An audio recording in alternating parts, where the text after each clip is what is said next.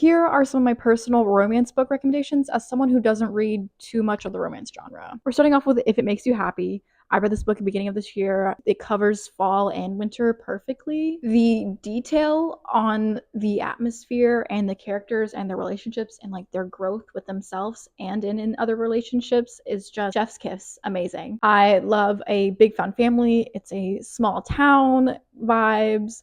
The male love interest is a girl's dad, and we love to see that. The main character is running like an inn, and isn't that every single like girlie's dream at one point in their life is to run a small little Victorian home like inn? There's a lots of different themes in this book of struggles and grief and things like that. So it's not all happy-go-lucky most of the time in this book. Next is It's Different This Time. Again, a fall, cozy, kind of atmospheric romance, but don't get me wrong, there is a lot of heartbreak in this book. It's a beautiful setting though of like this beautiful brownstone in New York City. The female main character is a Broadway star or actress, and our male lead is a chef or a restaurant owner. We kind of see their relationship that's kind of been over a decade of them becoming friends and acquaintances and then kind of falling in love with each other but not really acting on anything. There's a fallout and now they're back together to kind of own this brownstone together or sell it. So we kind of see their second chance romance of seeing maybe will this spark like rekindle in their relationship. Then another romance book I read last summer, One Golden Summer. Perfect summer read. A photographer on a much needed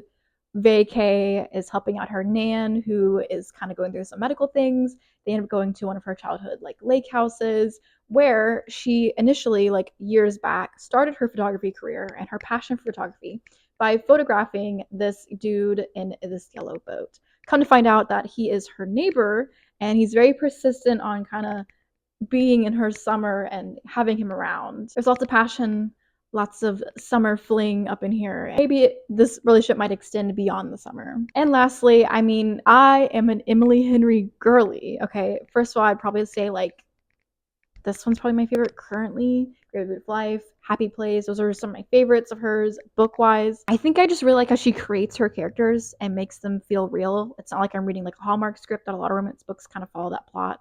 I will say after reading like all of her books back to back to back, back she does kind of have like a structure to all of her books that kind of becomes a little bit repetitive if you read them back to back to back to back and a little bit predictable.